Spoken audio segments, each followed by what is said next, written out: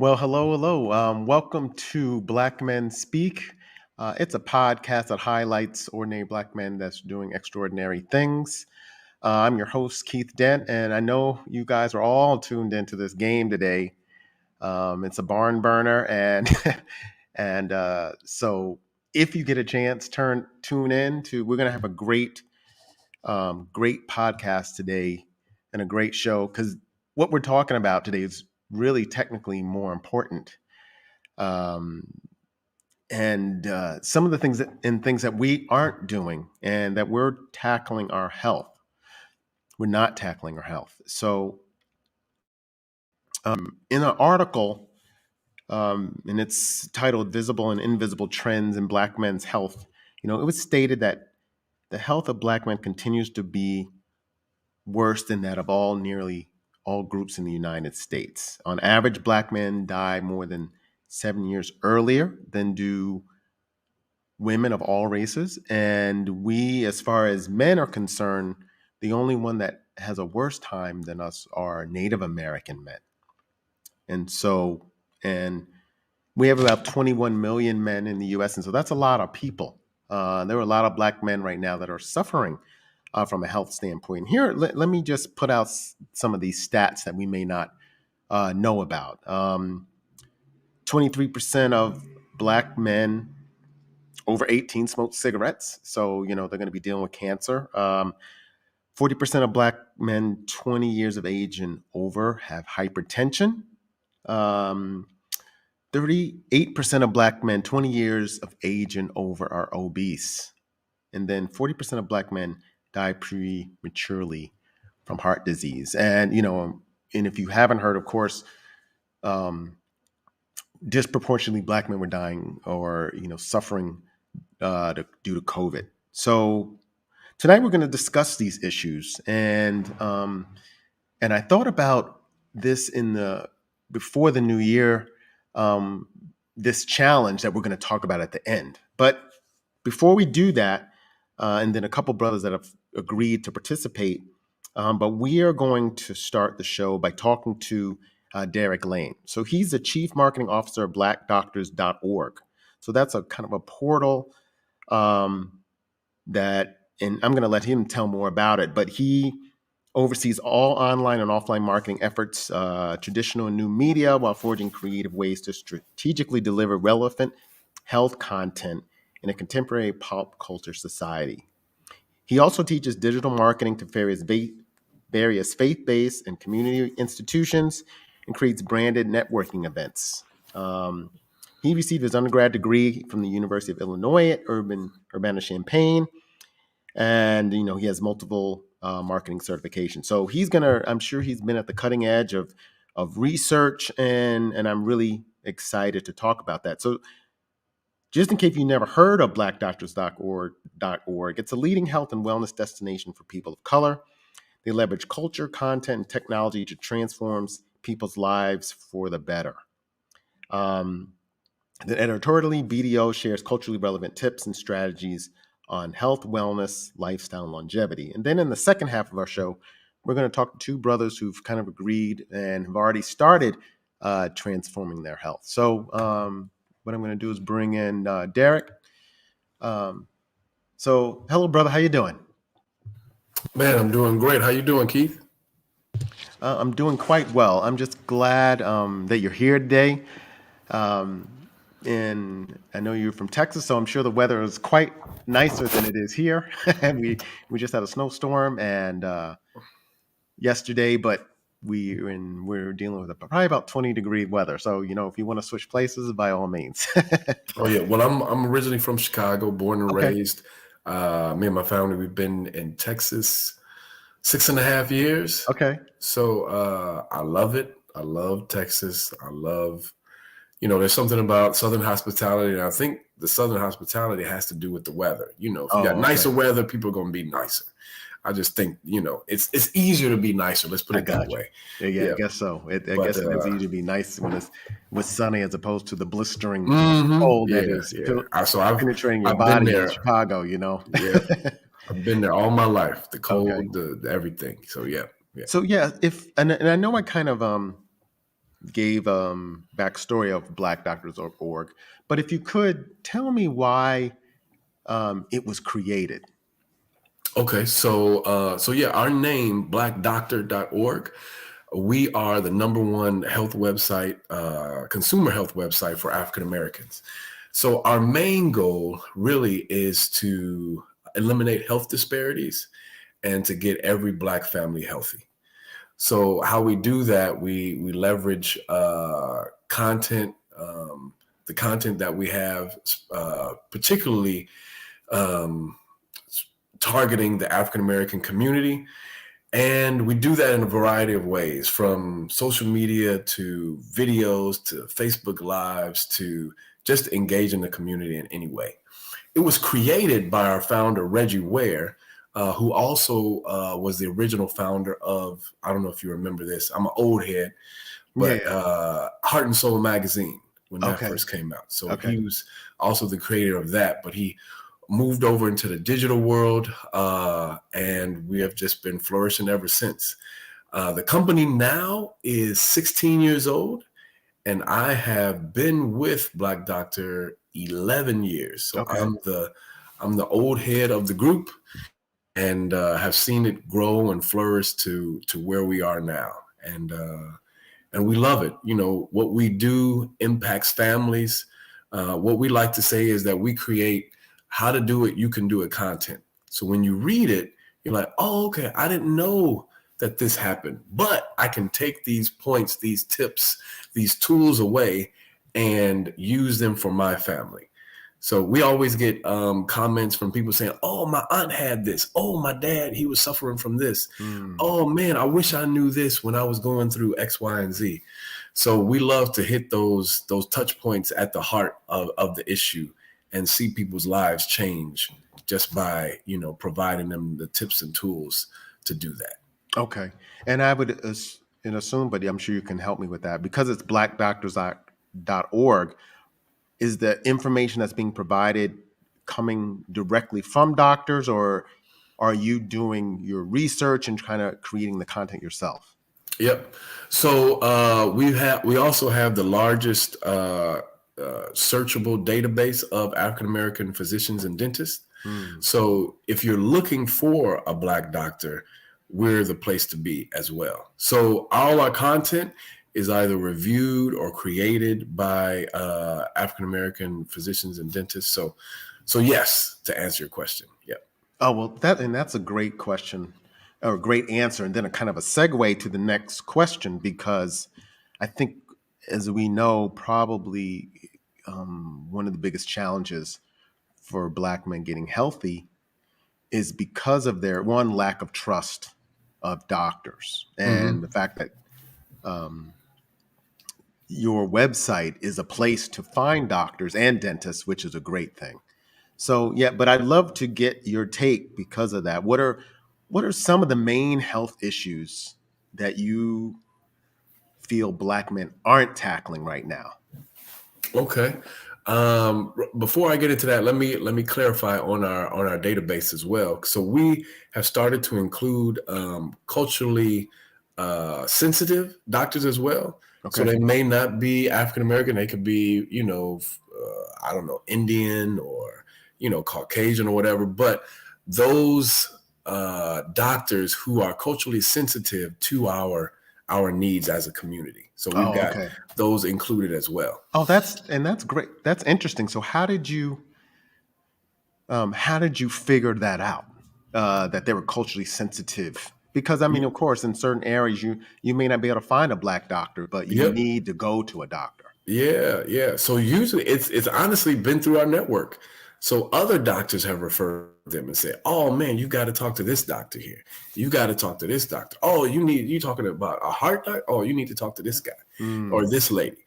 You know, okay. so it's through that network that we've been able to build and grow our network of physicians. So Okay. yeah. Oh, that's Mhm. great. That's great. So, going back to your question, you were asking what are some of the health issues that Black men are facing now? Is Yeah, that aren't correct? well, we know we're facing a whole host of issues, but they're Hmm. just that we're having difficulty tackling. I don't know. How long is your program? Well, we have about, I don't want to keep you, Yeah, because we'll have other guys, but we have a good 15 minutes. So, yeah, yeah. but So there's issues, anything from prostate cancer, COPD, heart disease, you name it, you can go down the line, because even most of the diseases that are facing African American women, men are facing, but at a higher rate, because men, we like to think that we're supermen. We want to be the protector, the provider, everything like that, but we're the last ones usually to go to the doctor. And it's usually only at the urging of the woman. So, that's why, study after study, it says that married men live longer, because you have a mate that actually, cares for you, wants to take care of you, and says, okay, something's not right. You need to go and check this out with the doctor. And the guy may be like, nah, I'm all right, I'll be fine. But at the urging of his mate, is usually when a man takes the time to actually go to the doctor and see about it. wow. And I mean, and I guess that's in evidence in the fact that we're also living shorter lives, because I guess a lot of that we end up waiting too late to go to the doctor. That's true. That's true. That's true across the board, both men and women. But yes, if there's something going on and you have access to a doctor, check it out. It may be nothing, Mhm. but the thing about it is, take time for yourself. So, I've heard this over the past year in 2021, and I've lived it by creating more of a healthy lifestyle for myself. But the greatest thing you can give to your family is a healthy you. As a man, as a woman, you need to be healthy. So you can't give it your all or give them your all if you're not healthy mentally and physically. So take that time as Black men to go get it checked out. Okay. See Yeah. what you can do. And so that's great, because so what were some of the things that you tackled, and what made you decide to do that? You know what? It was great question. Great question. It was actually COVID. So COVID hit in 2020, and then if you watch the news anytime during that March to May when COVID first came out, everything on the news was negative, negative this, da, da, da. So many people dying. Now, while it's true, all of that were facts, I also am a believer. And I was like, why can't this also be my healthiest season ever? Hmm. So let me take my health into my own hands and let me go. So I declared in November of 2020 that 2021 is going to be my healthiest year ever. So I got with a trainer, I got with a nutritionist, and I've never done this before. I've never stayed Hmm. with a trainer for an entire year, which I did this past 2021. And what's happened was I'm down not only 4 pounds, but I'm down 8 to 9 inches around my waist, about 5 inches around my arms, and I'm about 6 inches less around my neck. And I'm healthier, I'm lighter, I have way more energy, I get better sleep at night, Hmm. I'm in a better mood, all around. All of that has happened just by taking my health into my own hands, which is really, exercising and eating right. They say also 80% of the diseases can be mitigated, can be controlled just by exercise and eating healthy. That's Wow. it. Right. There's no like secret pill or something that they're trying to keep from you. It's literally, hey, eat right, get moving. You could change a lot of so. Wow. Okay. And so, and that's great. And so, did you actually have to change your diet a whole lot, Or what are I some of the? did. Yes. Okay. Yes. So specifically, two main things. I changed a lot of things, but two main things I found just when you start taking stock of what you're eating. I don't know about anybody else, but I was like a carbaholic. I had to have carbs with Okay. everything. So if you've got, let's say you're eating pasta, you got to have the bread, got to have garlic bread to go with it. Okay. If you're eating at a Mexican restaurant, you got chips, you got the tortillas, you know. If you're eating a salad, you like to have a little bread with your salad, It's normal. It's, if you look at your breakfast, you're eating biscuits, maybe some grits with it, and maybe a little protein in the eggs and, some sort of meat. But if it's all centered around carbs, something's going on. Mm-hmm. And you're not having enough green vegetables coming in. So having my nutritionist take a look at my meals, you're like, man, you're eating all these carbs. No wonder this is going on. So I flipped that. So now I'm no longer, I was tell anybody, if you ate a lot of carbs like me, just stop being a double carber. So what that is, okay, if you've got a burger and fries, don't eat them both at the same time or cut it in half. So if you have a burger, don't eat and you want the fries, don't eat the bread on the burger and just eat the fries. Or if you got to have a little bit of both, then just eat only one piece of the bread. Plus, I'm a stubborn man. I'll be the first to admit that. And I hate to have anybody tell me what I can and can't eat. So now what I do is I just eat a spoonful of what I want, and then that'll satisfy me versus trying to eat everything that I want. Let me just get a little taste of it, Then that way, and I know, okay, I'm just getting a taste, And you got to think about, well, why am I eating this? Why do I crave this whole piece of cake? Am I having a bad day today and I just want to, overcompensate for that day? Is something else going on?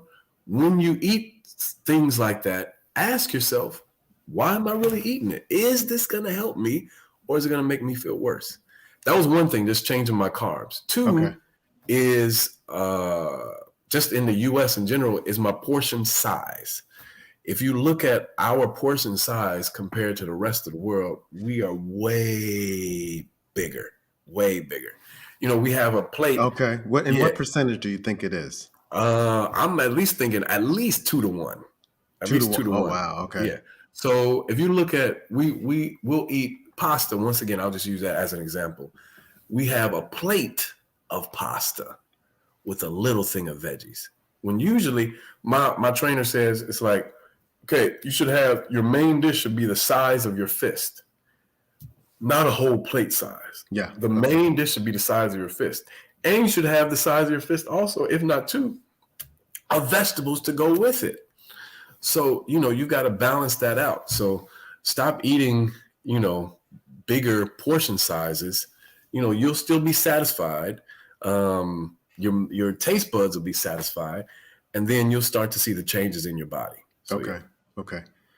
Great. And so there was a recent article in NPR, and it stated that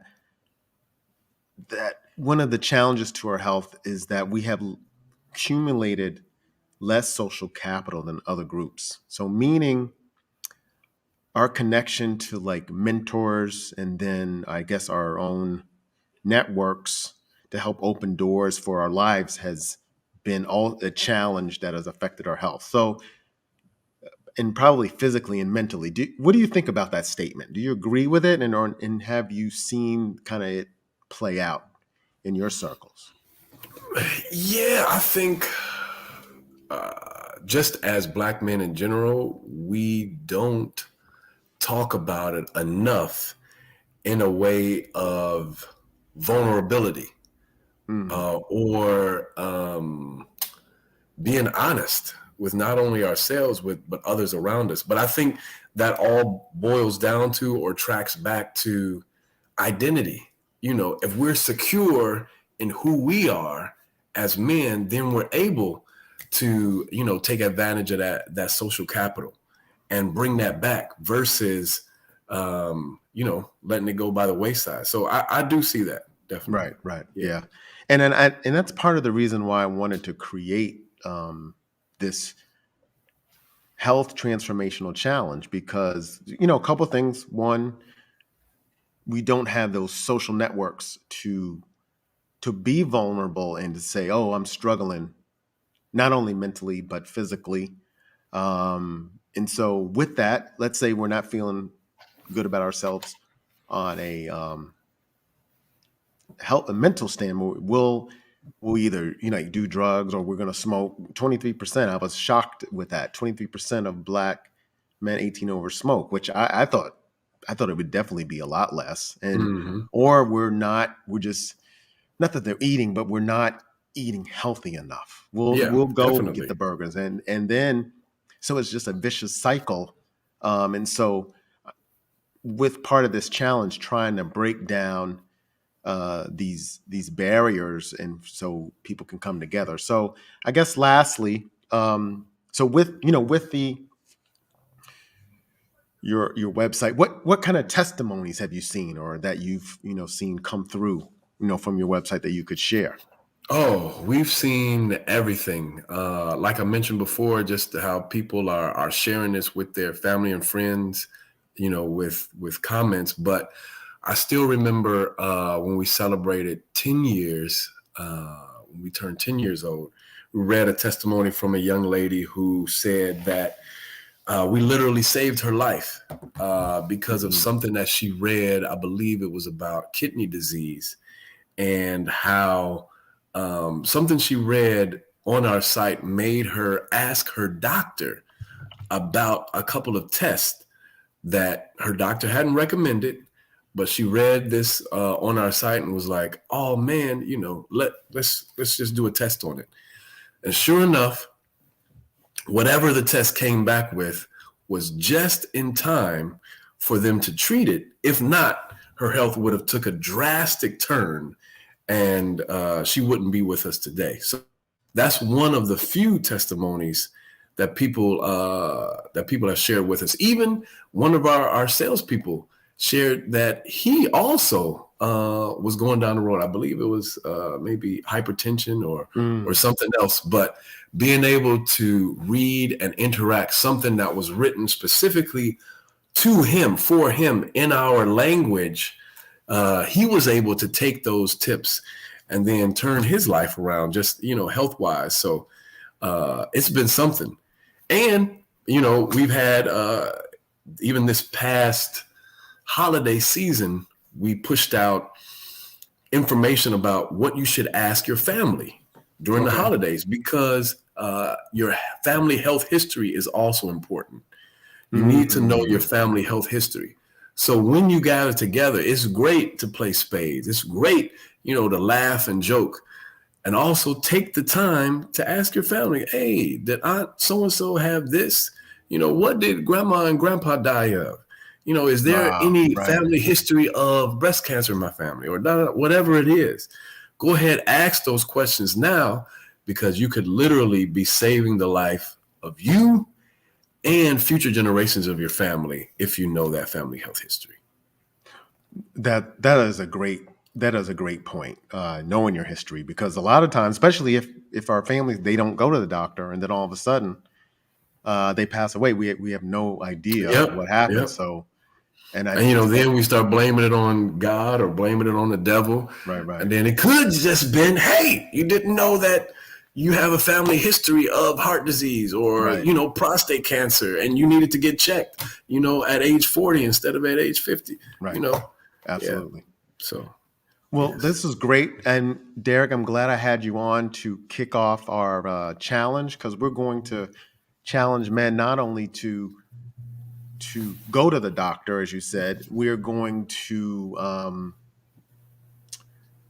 this is my goal. They go see a nutritionist, that they Hmm. get some kind of coaching or therapy, and we'll cover all of those details. So, as we get, and this is gonna kind of be a year long thing, and then hopefully we'll get enough brothers that will just give social media attention on how they're progressing, so other men can see, if other brothers can do it, they can do it too. So Hmm. I thank you for being Hmm. on. May have you on later on in the year, or Reg, or both of you on, and we'll talk about some other challenges.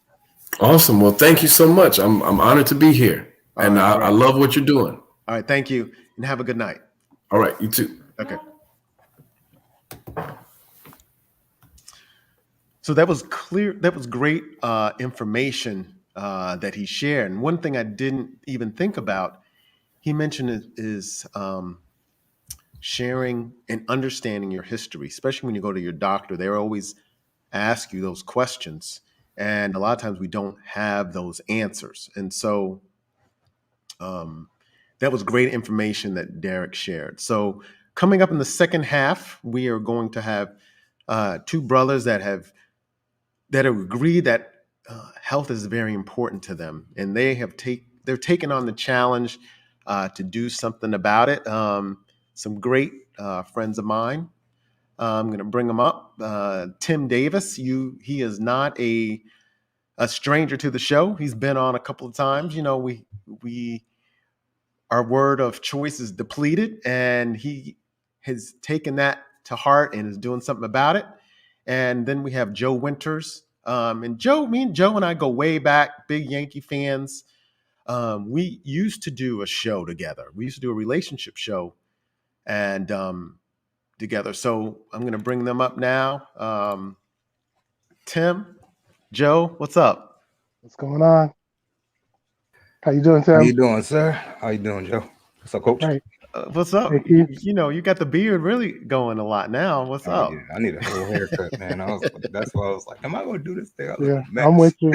No, you mean, I was hey, trying Joe. to put the hat on, but Hey, the hat look, wasn't working with the headphones. Like, well, look, that's part of it that we're already being vulnerable and we just meeting everybody, meeting each other where we are. So, mhm. look, at least you have hair that you can worry about getting cut off. I don't Yeah, have any and have to keep it close because it'll be really looking jacked up if I don't Mhm. do so. So, welcome today. I'm glad you guys have come on, and because this transformational challenge I thought about, towards the end of last year, because I was like, well, how can we find ways for brothers to get connected? And it's clear that, we're having health issues. So I'd love to hear, each of your stories of, what resonated.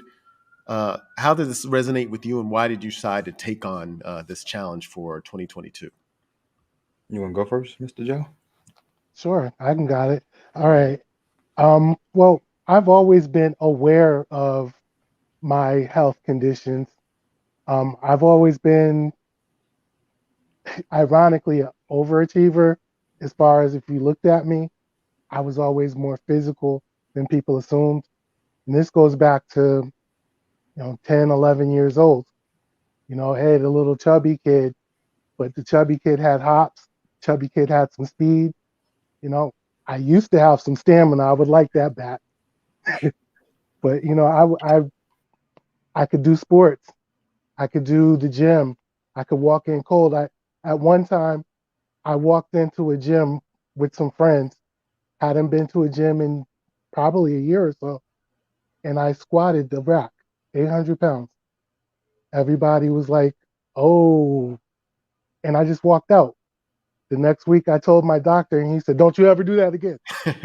You know, because you're young and you're dumb. I'm not going to blow out my knee. This is me. But, I'm 54 years old now. This is me is a little bit different than this is me at 25.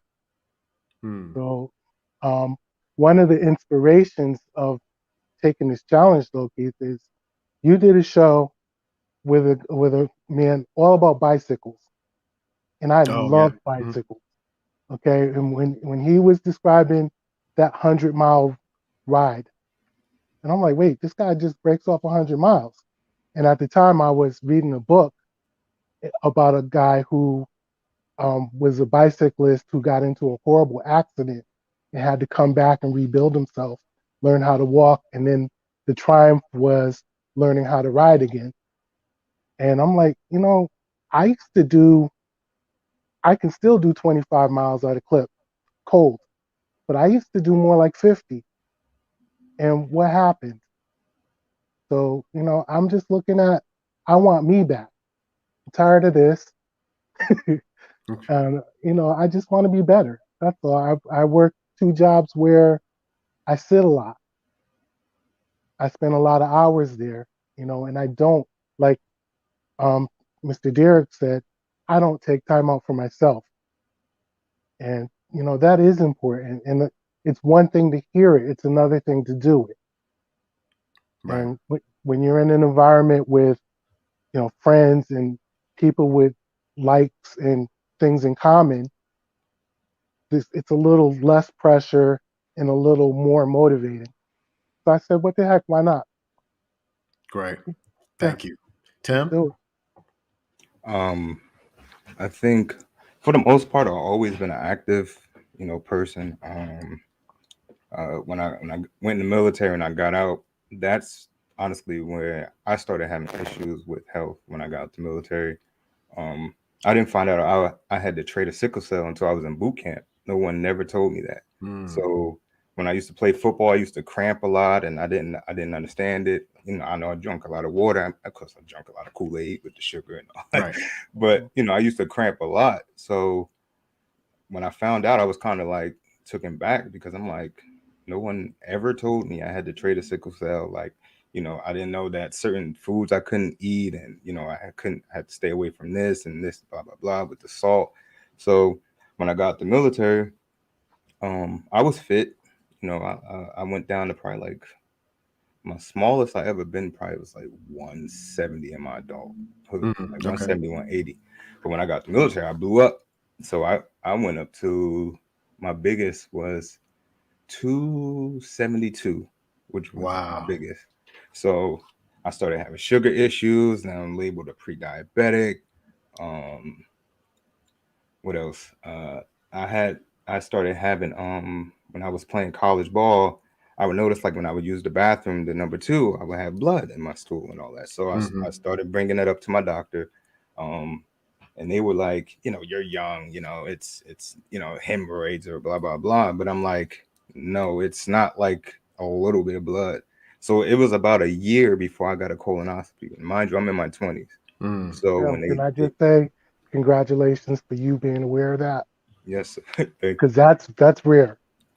So and that's one I of the reasons appreciate I that. have issues with going to the doctors and all that is because of my experience, as far as like I speak up on things if I notice something and I'll get more into it. So I came with when they did the biopsy and all that, it came back that I had carcinoid tumors, which is a cancerous tumor. So, now they want to be all, oh, we got to start doing this, blah, blah, blah, basically showing that they care. But it was like, I told you this a year ago and y'all waited a Mm. year to do anything. So, um, I beat the sugar issue. They still was trying to figure out because they were trying to put me on insulin. I was taking it at some point, but I didn't like how it made me feel. Like it, Mm-hmm. I felt like it was making me more sluggish. I didn't want my body to get immune to it, so I started doing my own research to understand if my body is insulin resistant, why is that happening? So it starts with the liver. So it's a detoxing of the liver and things like that. But they don't tell you that. The first thing they do is they want to put you on meds. Every time I go there, it's oh, we're going to put you on this. But it's like, can we like yeah, basically. Yeah. But can we like attack what is really the issue behind it? Because a lot of the meds that they give us, I feel this is just my personal opinion, leads to a snowball effect of other things that we deal with later down the line. So I wound up honestly beating the sugar on my own, doing it myself. My doctor at the time, because every doctor that I got when I went to the VA, they were about to retire, so I didn't get to build a relationship with any of the doctors that Mm. I had there. So I mean, I didn't have a black doctor. I had like Indian doctor, white doctors, blah blah blah. So I didn't have anyone of my ethnicity. So that was a a struggle in itself. So, but the last doctor I had prior to the one I have now, because I actually just switched doctors again to closer here, because I did get a new doctor in East Orange, but it was too far. So I Right. switched out here. So I beat that. He was, asked me how I do it. I told him what I did. So I never had sugar issues after that. I'm still facing the carcinoid situation because I've come to find out that, it's part of family history, but I wasn't aware of that as well. Mm. So it wasn't until I spoke to my grandparents, because I'm fortunate to have my grandparents on my mother's side and my father's side. So I just go to the OGs, like, what's going on with the family? Let me know what's going on with the family. Right. Because, you know, the moms and I don't know, we might have this, but the OGs know it. So I actually just had surgery not too long ago where I had um like this small lump on my scrotum. I told my doctor at the time, that was before the pandemic, 2019. I told him, like, it's a small lump. I mean, I know my body, that ain't supposed to be there. He just brushed me off. So, long story short, 2 years later, it grew like this. I posted it and shared it, and it was a sarcoma tumor or cancer, Sarcoma. whatever. Yeah. And they were like, if I didn't speak up on it, basically I saved my own life by advocating for myself. And it's like, I shouldn't. I'm telling you guys, when I first noticed stuff, because I'm kind of, you know, I'm not like the health freak, but I notice things and I pay attention to things. Right. Right. So I tell them, and then I get oh, it's nothing, because I feel like they only base things on age and numbers and all that, as if, no, like, we can't all, like, it's just because you're young don't mean you're not going to get diseases or not going to go through things. Like, everything is a standard number, even with your blood pressure. It has to be this. It's a standard number, blah, blah, blah. So I had surgery, had that removed. I actually have surgery coming up in the next month for the carcinoid stuff, because I had a reoccurrence when I did my last colonoscopy. Um, so for me, health is a big thing. I actually lost 20 pounds within the last 2 months, getting back into fitness and all that, because I was at my best, honestly, right before the pandemic. I was back down to like 204, 205. Okay. I was good. Like, you know, I was good. Pandemic hit, I just got stressed. I was eating everything, ice cream. Like, I just was just picking out. I wasn't going to the gym, and I honestly, it's my fault, because I didn't remain how I was, which was monitoring myself. I didn't Oh, step okay. on the scale. So to me, I felt like I still was the 205 Tim, until I got back on the scale and was like, whoa, that's 230. Okay. Now I got depressed from that number. Now I'm Yeah. eating even more. Then the next time I get on it, it went up. I Like, think you touched on something there. Right. then it's like, man, all right, let me try. The number goes up. Now now I got to my halfway point where I was 20 pounds. If I would have continued to go 20 pounds, I would have been back to my biggest that I ever been. But if I lost the 20 pounds, I'd be right on track to go back to where I was. So I made that decision and just did it. Um, I'm a big advocate of intermittent fasting. Um, I like to do that. I think that works for me, especially with the sugar issues. Now they're trying to say I got high blood pressure, and it's like, okay, what's next? I don't even know. And mind you, I'm 37 years old, you know, and I shouldn't be having these issues, but it's some Right. of them I can't control if it's in the blood and I'm not aware of it. Which, if I was, then I probably would have taken my health and how I ate differently earlier. But, you know, gotta thank God for, you know, the timing and what I did learn and how I came about learning. So health is a big thing for me right now. Yeah, and thank you for sharing that, because a couple things come to mind. Is that, one, you are an advocate for your own health. A lot of times, we as Black men will ignore stuff. Oh no, it's nothing. And then, at the urging of, which Derek had mentioned, urging of our wives or girlfriends, then we'll go to the doctor. But by the fact that you stayed on it, you, like you said, you saved your own life. And I think we need to start to do all of that, and then just acknowledging that you had these issues in the first place, or you shared something that is very, very sensitive, prostate cancer, and something that, because of the nature of that type of cancer, we don't, for whatever reason, don't want to do, because of what stigma or what that may mean, and don't tackle that, and that illness, and that's across the board, probably for all men, but just as Black men, not tackling that. So I wanted to segue over to, because you talked about stress. So the pandemic kind of stressed you out in a way. So, how did the pandemic affect you like that, and that led to all the stress that you were under? For me, cause I was working for Amazon, so before then I was working at a gym. So I was always active, moving, doing a lot of stuff. Um, then when it happened and everything shut down, it's like now my day to day life is taken away from me. On top of, okay, I'm not getting my unemployment like everybody, so you know I got to pay bills. I got to Mm-hmm. take care of the family. So, I mean, even though it was happening, I know as a man, I should have handled it differently. Mm-hmm. I've never been through a pandemic. I don't know how long. I didn't know. We all were thinking, it's going to be a month. All right, so we're good. But it became a year and a year and a half and still going on. So all of that added up. And like I said, I wasn't I guess when I was more into my health and all that, I would engage with other people that were doing fitness, but that stopped. I wasn't like feeding myself visuals of fitness. I was just, this people were creating stuff and stuff like food. So I was like, oh, let me try this, let me try that, Mm-hmm. type Mm-hmm. thing. So, and then the bills, as a man, you got to pay the bills. And like I said, I wasn't getting my unemployment. I got mine's late, so I missed that whole wave of the extra 600 that everybody was getting. Right. Okay.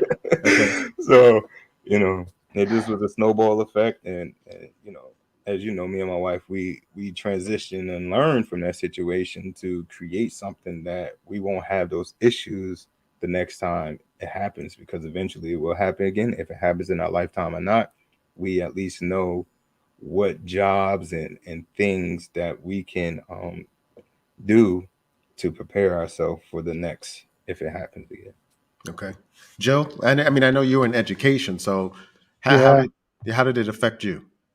Well, like I said, it's two jobs. So we got sent home from school March 2020, and that affects both my jobs. My other job is school bus driving. So with no school, there's no part-time job either. And like Tim said, because my job at the school is salary, unemployment wouldn't touch me. So I'm looking at, I have half my salary, which I could do okay. I wasn't doing anything, but I'm looking at my coworkers from my part-time job who are getting unemployment plus the bonus 600. They're living it up, and I'm home.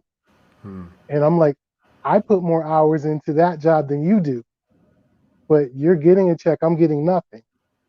And it's not a competition. It's just, the overwhelming feeling like this is not fair. I'm able bodied. I'm willing to work. There's no work available. I've been playing. When I called unemployment, they were like, sir, we don't have any record of you for 22 years. And I said, yeah, but I've been paying you for 22 years. Well, I'm sorry, sir, you have a job. We can't touch you. Hmm. And I was just like, what is this? So then I did have the foresight to say, well, I'm home. Why don't I take care of me? And for a while, I was out walking, I was riding my bike, I was doing a little, you couldn't go to the gym, but doing, a couple push ups, a couple of sit ups every now and then. And then my job was like, hey, you guys are home and you're not doing anything. So we're going to give you an assignment, and it has nothing to do with your job.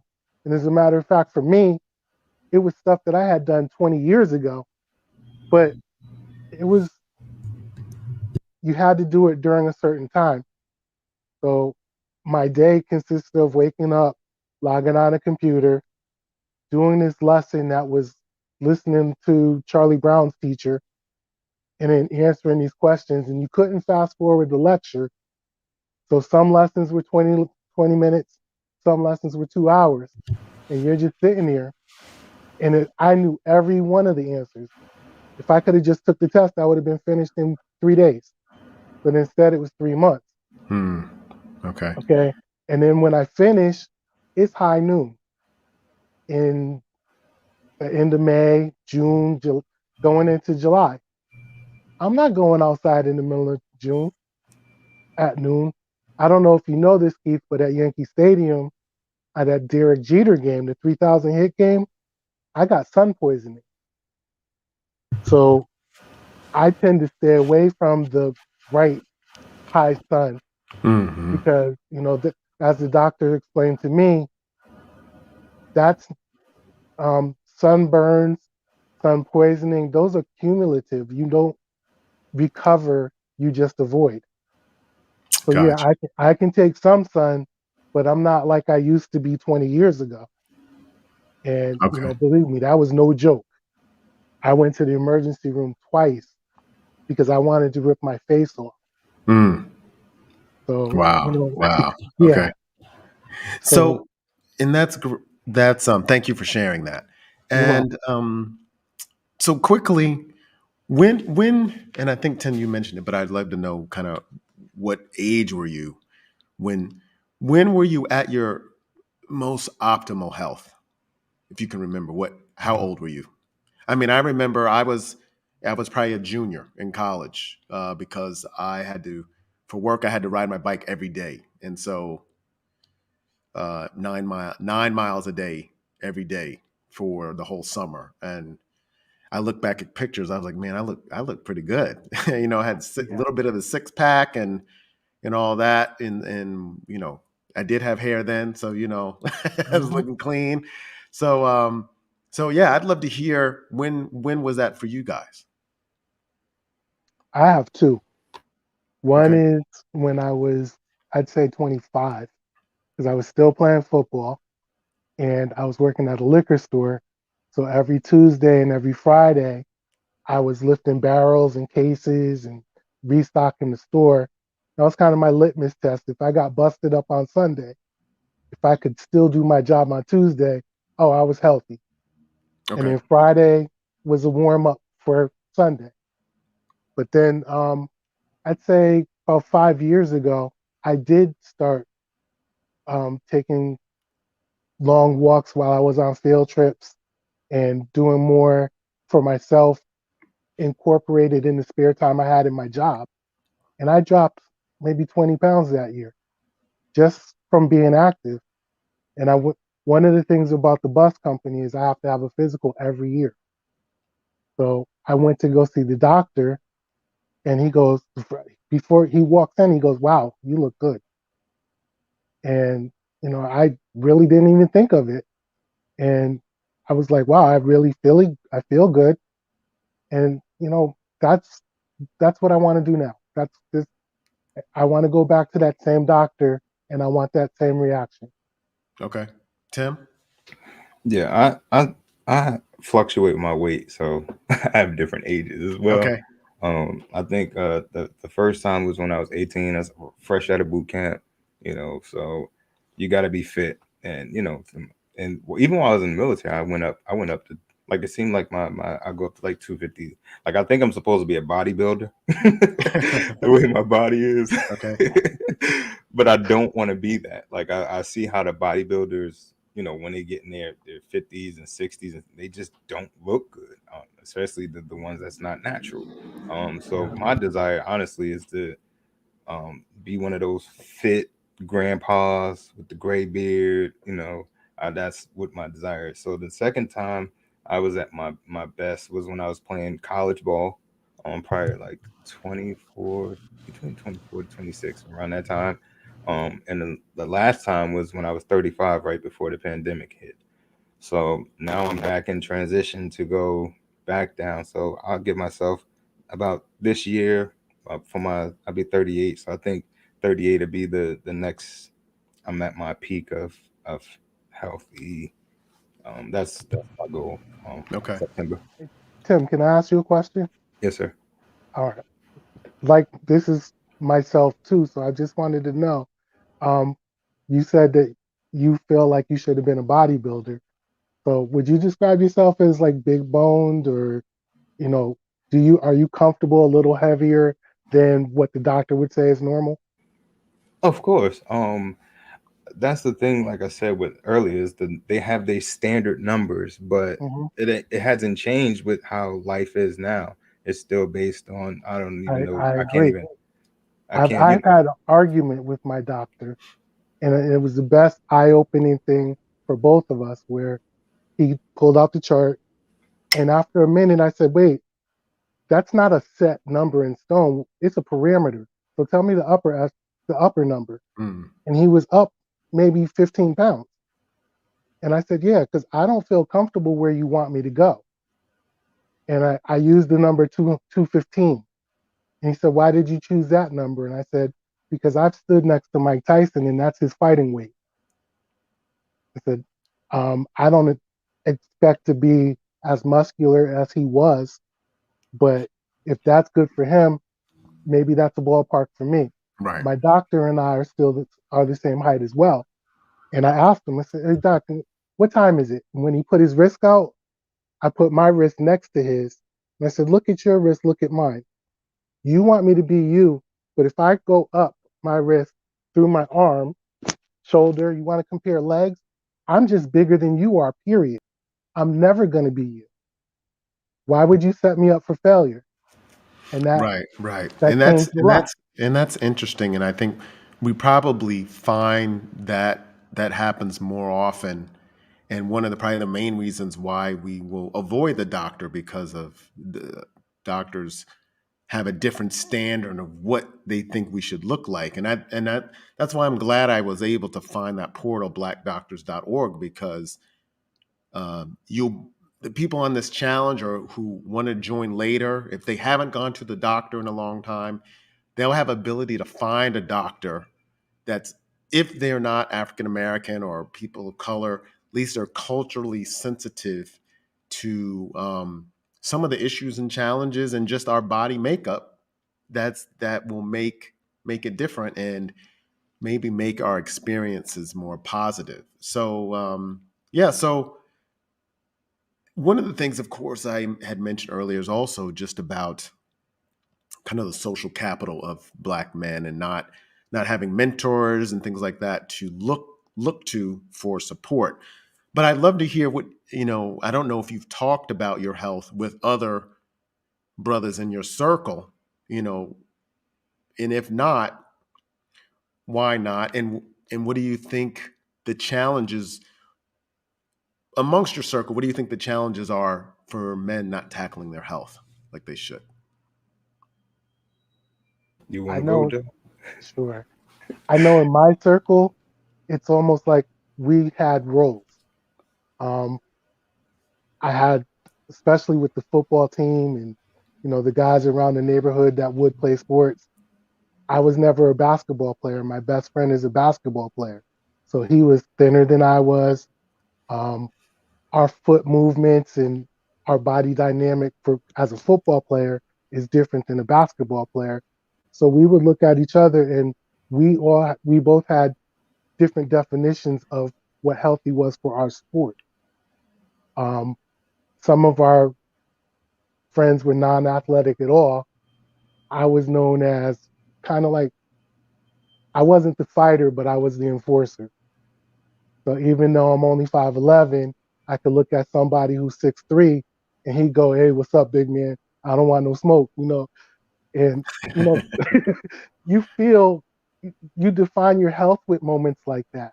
You know, I, I can't speak for anybody else, but in my neighborhood, that's a form of subliminal dominance. You have to throw your weight around. I'm no punk. And growing up, that was part of who I was. So, I never wanted to be, say, a buck 75, buck 80. I always wanted to be, like I said, 205, 215. That was normal for me, you know?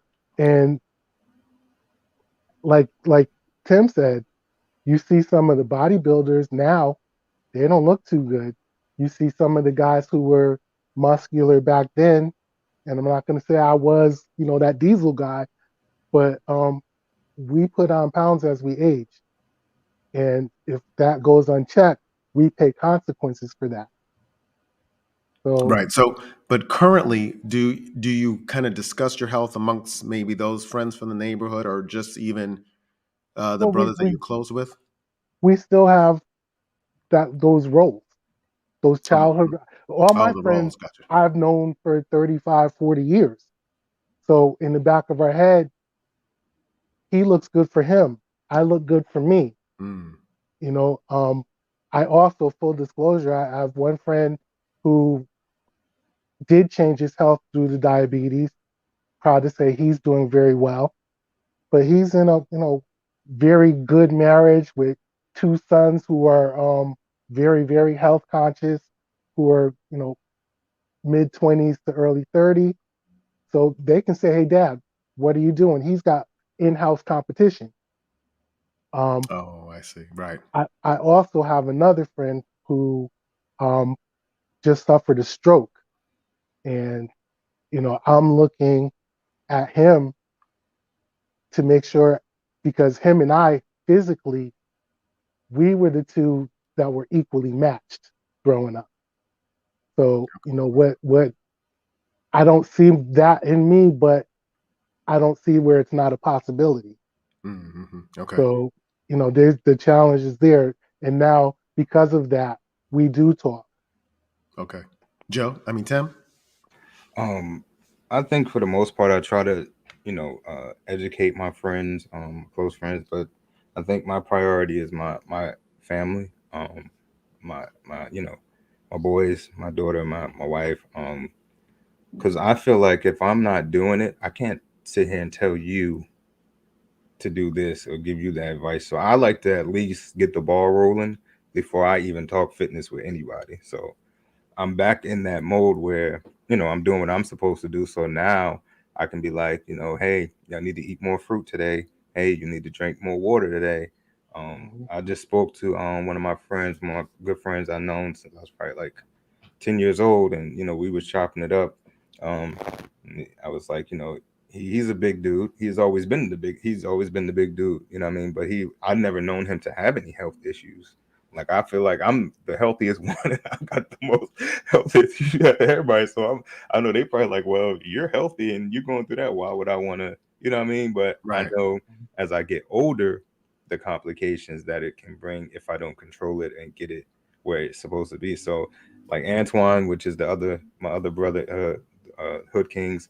I always talk to him because Antoine's a foodie. He don't care. He eats how he want to eat, but he's skinny as I don't know what. So I'll be like, what is it? What's your diet? I mean, you eat whatever you want to eat, but you skinny. But Antoine is always moving, and he's just like my dad. Like, my dad is a, I wouldn't say he's skinny, but he's a muscular dude. But I never seen my father work out. Never seen my father do a meal plan. But he's fit for his age, and Mm-hmm. he's always been fit. I can't never remember my father being fat. But I can always tell you that my father was moving from the sun up to the sundown. He was moving and doing something. So that speaks for itself, just moving and doing all that. So to answer your Right. question, yes, I try to encourage anyone within my circle, even when it comes to like me telling my story and people DMing me about intermittent fasting. I try to give them the information that I know. If I come across something and I learn something, then I just transfer it over to them. Great. Great. And so I know before we go, you had already Tim kind of gave a um, highlight of where you want to get to. So I'm glad you shared that. But hopefully by the end of this year, because the challenge is going to be basically a year long, we're gonna I'm gonna challenge everyone to at least go see the doctor and get a baseline checkup. Maybe see a nutritionist to talk about what is you're eating and just be more intentional about what you eat. See a therapist or a life coach because the biggest thing that we won't talk about is those insecurities and just how we're feeling as men. And if we get a chance just to talk to someone, that'll be great. And then, Yeah, there's a connection yeah, between emotions and food that doesn't get tackled as well. right. I've learned that um, eating soft foods If you're a person that eats a lot of soft foods, I mean, you're missing the nurturing in your life, or that's something that you want. And I'm an ice cream person, so I can admit, you know what I mean, I like the nurturing side of things because that's how I was brought up. My mom was one of those moms that, you know, kind of did everything, and then, you know, once I got to where I wanted to do it on my own, it was hard for her to let go. But it's like, mom, you know, you did your job. You know, I'm good. You know, sometimes I want it, but I still have to understand, like, I'm still a man. You know, I have to do it on my own type thing. Right. So food really has a connection to how we eat and emotional that doesn't get talked about as much. It has, I feel, with the whole mental health, and you know, they have a meme going around with Kanye West crying, with Tyrese and all of them, and talking about how they were made fun of for being open. If I don't know if you guys saw that, but Yeah, I saw it. I Yeah. saw it. Great. And so by the end of this year, Joe, what is it that you want to accomplish? Well, I'd like to. I'd say 20 to 25 pounds off. That would be one goal. Like I said, over the summer, especially, a little more stamina as far as, you know, pushing myself on that bicycle, which is something I really enjoy. Um, and just the overall um, sense of well-being, um, and sense of like I want to feel like I invested in myself. I want to feel, you know, I do a lot for a lot of people. I take pride in that. But literally, at the end of the day, what are you doing all that for if you're not going to be here to enjoy it? So, Great. Great. and Tim, also what you said, I need to set a better example for my own child. So, Okay. you know, kind of let me do the work first, and hopefully that would be some inspiration at for her at, you know, high school age to take the reins on herself too. Fantastic. Yeah. So yeah, so brothers, I'm glad you guys were on today, especially just the fact that you were willing to be open and to share. And so yeah, this is going to be a year-long challenge, and so, you know, feel free to share and to post, tell people about this transformational challenge that we're going to be under. You can find this information on the Black Men Speak Facebook Live page, and we're going to try to get some more brothers on this, because if we can transform a group of, hey, if we can get to 20 men transforming their lives and their health, that's 20 lives we might be saving. So And then a Joe, domino on top of that. that's right. So Joe and Tim, thank you. Can I say something quick? Yeah, of course you can. I want to share when I talked about what I went through. I spoke to this one nurse. She said this. She said, if you're ever telling your doctor something and they're not listening to you, go to the emergency room. Mm-hmm.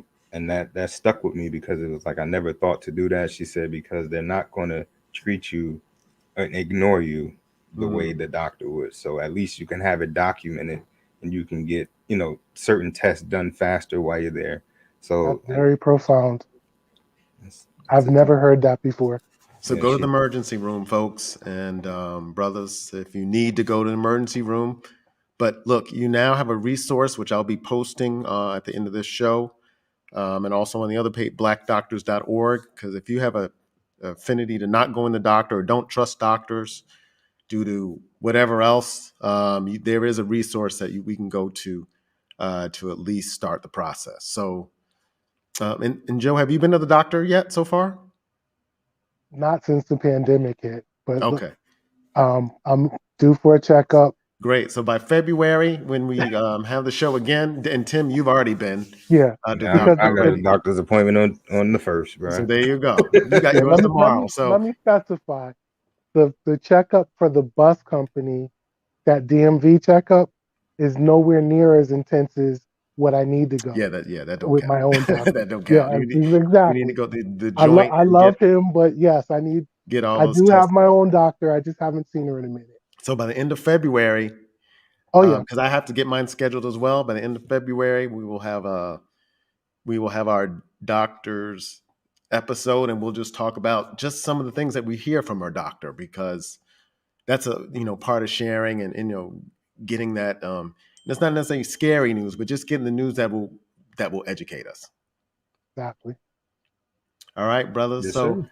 thank you, and we'll have a good night. And remember, Hood Kings is a podcast that you can catch Tim on, Yeah, as we got well to as. start back up. We've been slacking, Oh, coach. you haven't started off? Okay, never mind. No.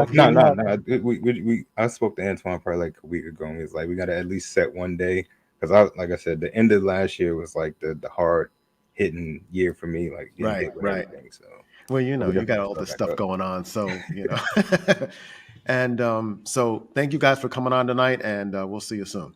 I appreciate you. Nice to All meet right. you, Joe. It was nice to meet you too, Tim. See you soon. Okay.